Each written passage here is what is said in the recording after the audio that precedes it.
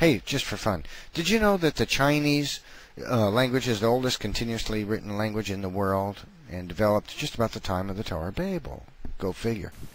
Neph tacked this onto the end of his ludicrous Earth Rocks on the Moon video, and this explains the background to his narration.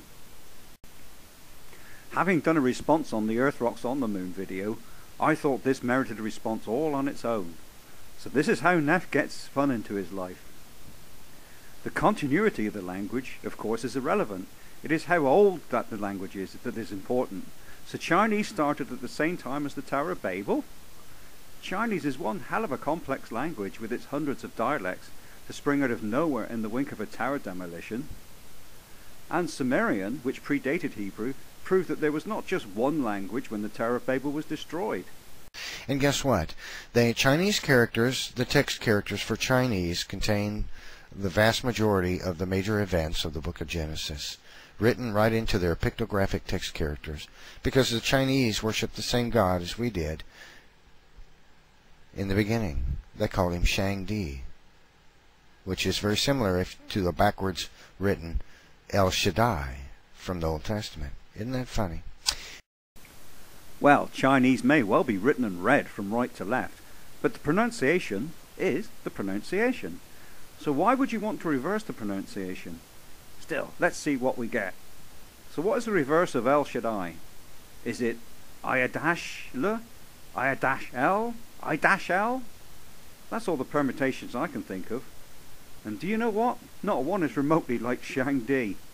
Let's see what we can do by placing Shangdi backwards. We have Di-Shang or Ignash.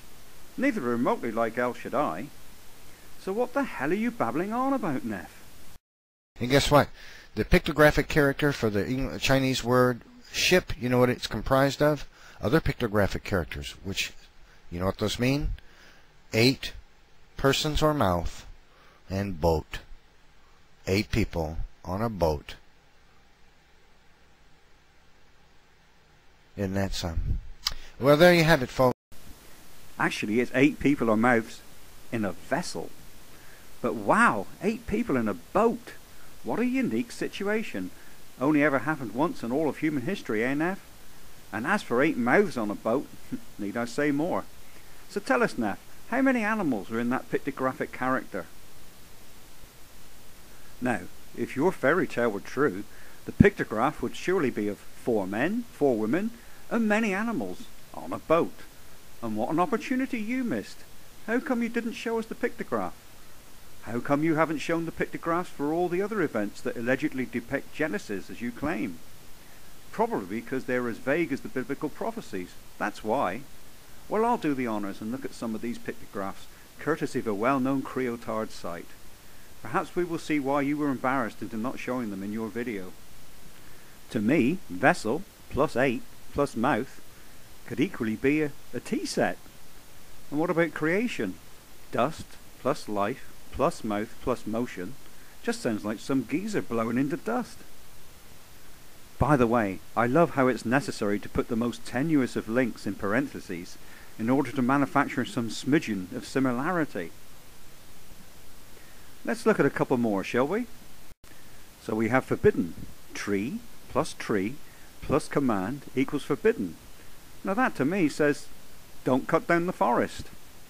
Or actually it could be, in Irish, tree plus tree equals 6.